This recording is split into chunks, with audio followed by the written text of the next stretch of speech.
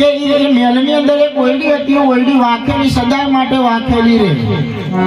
એક દાડ પરીક્ષિત આડો થયો કે મારે આ ઓયડીની અંદર શું છે એ નક્કી કરવું છે.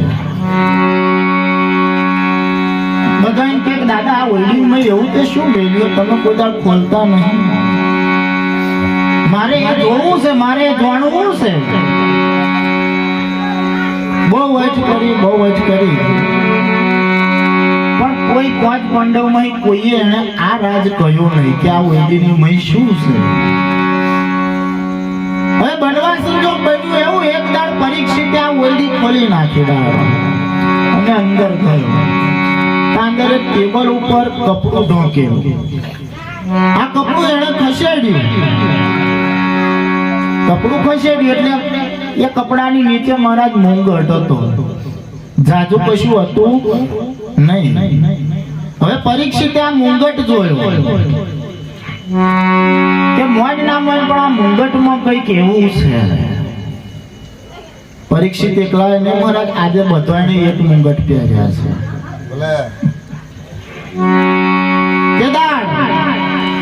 મહાભારતના યુદ્ધ પછી યુધિષ્ઠિરે માથા પરથી ઉતારીને મુંગટ આગળ મૂકેલો.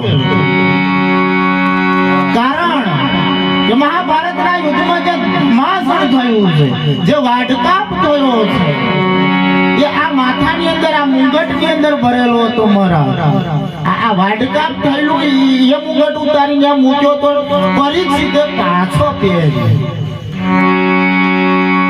પરીક્ષિતે માથા ઉપર મૂક્યો, મહારાજ બુદ્ધિ બગડી. અહીં જતો તો જંગલમાં શિકાર કરવા. ત્યાં આગળ કોઈ ઋષિ તપશ્ચર્યા કરવા બેઠા. ઋષિનું નામ યાદ નહીં મને, બહુ ખાસ આપણે એટલું બધું ઊંડું નહીં જતું રહેવું, પણ એ ઋષિ તપશ્ચર્યા કરવા બેઠા હતા. ત્યાં આગળ મરેલો હાપ પડ્યો. એ મરેલો હાપ પરીક્ષિત રાજાએ પેલા ઋષિના ગળામાં નાખ્યો. એ ઋષિનો દીકરો, ઋષિ તો તપશ્ચર્યામાં તમારા આજે ભજનમાં આયેલા કોઈને પણ આપણે આલિમ વાલી ગણવા. હા, એટલે એનો જે દીકરો હતો, એ ઋષિનો જે દીકરો હતો, એ દીકરાને ખબર પડી કે મારા બાપનું કોઈને અપમાન કર્યું છે. એ દીકરો ત્યાં આવ્યો અને પરીક્ષિતને શ્રાપ આપ્યો કે જા, જેવો સાપ તે મારા બાપના ગળામાં નાખ્યો છે, એવો ને એવો એક સાપ તને કરડશે, 7મા દિવસે તારું મૃત્યુ થશે. 7મા દિવસે આપણે જવાના છીએ એવી વાત કરી. અહીંયા આગળ કોઈ અમર રહ્યો નથી, કોઈ અમર રહેવાનો નથી. અને એટલે કહ્યું કે રામ નામ ભૂલી ન જવાનું, ભૂલી ન જવાનું. કાયા પડશે નામ અમર રહેવાનું.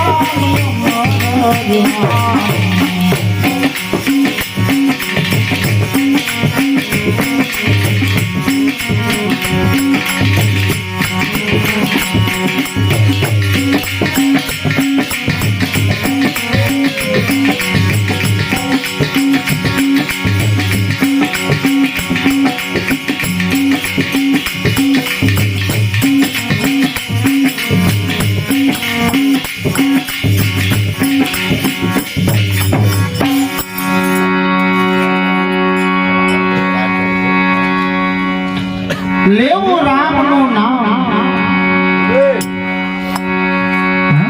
લેવું રામનું નામ.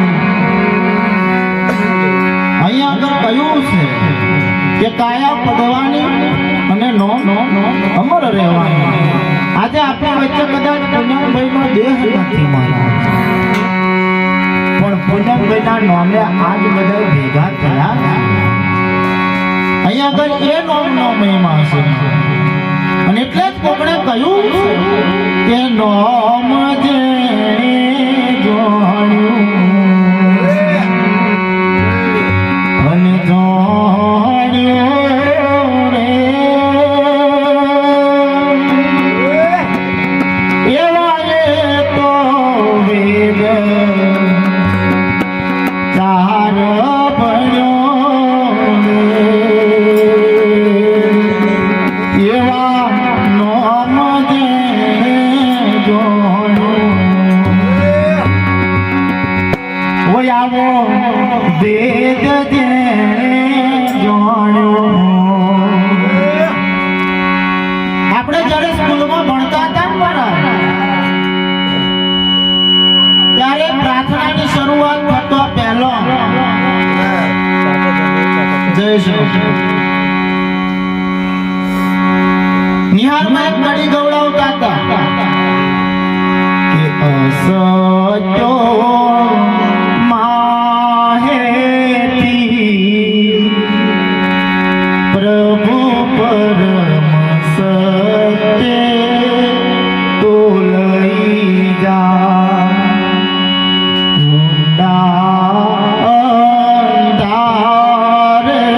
અંધારેથી પ્રભુ પરમ તેજે તો લઈ જા. પહેલા ધોરણમાં જે પગલું મેલતોની હારે મહારાજા પ્રાર્થના થઈ છે કે ઊંડા અંધારેથી પ્રભુ પરમ સત્ય તું લઈ જા, પરમ તેજે તું લઈ જા. એક અજવાળું એવું છે મહારાજ, આ શરીરની મય પાંચ તત્વોનું શરીર છે. આ શરીરની મય કોક બોલવા વાળો છે મહારાજ, આંખ તમારી પણ જોવા વાળો કોક છે. આ કોણ તમારો પણ વાપરવા વાળો કોક છે. આ નાક તમારું પણ એને સુંઘવા વાળો કોક છે મહારાજ. નકન ના હોત તો જે દાડ એવું આ નીકળી જાય તે દાડ બધું એવું ને એવું હોય છે મહારાજ. કોણનો કોણો પૂરાઈ નહીં જતો, નાકનો કોણો નહીં પૂરાઈ જતો, પણ કોક એવો છે જે નીકળી જાય છે મહારાજ. એ નીકળી જાય છે, એ નીકળી જાય એને ઓળખવાનો કયો છે. અને એટલે કદાચ વૈરાગી મહારાજે કહ્યું છે આ મનુષ્ય દેહ મળે શું કોમ. અગાઉ અમારા શ્રીરામ મહારાજે ભજનમાં સરસ કહ્યું કે મનખા જેવું ટાણું વાલીડા તારું જાય છે. તમારા ઘરના વાગડે બાંધેલી ભેંસ, એ ભેંસને મહારાજ રાતના 12 વાગ્યા પછી ઘોર અંધારું કરી દો, લીલો ઘાસનો પૂરો આખે આખો છોડી નાખવાનો. એ ઘાસના પૂરાની અંદર એક આકડાનું પોદું મૂકી દેવાનું. હવે અંધારું છે, ભેંસને દેખાતું નહીં કોણથી. હવે સવારમાં જોવો તો શું વધ્યું હોય? હા, એ આકડાનું પોદું મહારાજ ગમણમાં એવું ને એવું પડ્યું હોય. અને આપણે એવું ખરું કોઈ નિયમ ખરા આપણા જીવનમાં મહારાજ કે આ નહીં કરવાનું, પેલું નહીં કરવાનું? અહીંયા આગળ તમને તમારી ઓળખાણ કરાવવા માટે ગુરુ મહારાજ 5 પ્રકારની પ્રતિજ્ઞાઓ આપે છે. તારે તમે મનુષ્ય થાવ. પહેલા તો મનુષ્ય થવું પડે. માણસ ક્યારેય જન્મ્યો નથી, પણ અહીંયા આગળ જે જન્મ્યું છે એને એક દાડ મરવાનું છે. જો કોઈને ભૂખે જન્મ્યું હોય તો એને મરવાનું છે મરો અને જો મુખે જન્મ્યા હોય તો તમે મરવાના નથી. એ નક્કી તમારે કરવાનું, તમે મુખે જન્મેલા છો કે મુખે. અને એટલે વૈરાગી બાપુએ કહ્યું છે કે આત્મા ઓળખવાને કારણે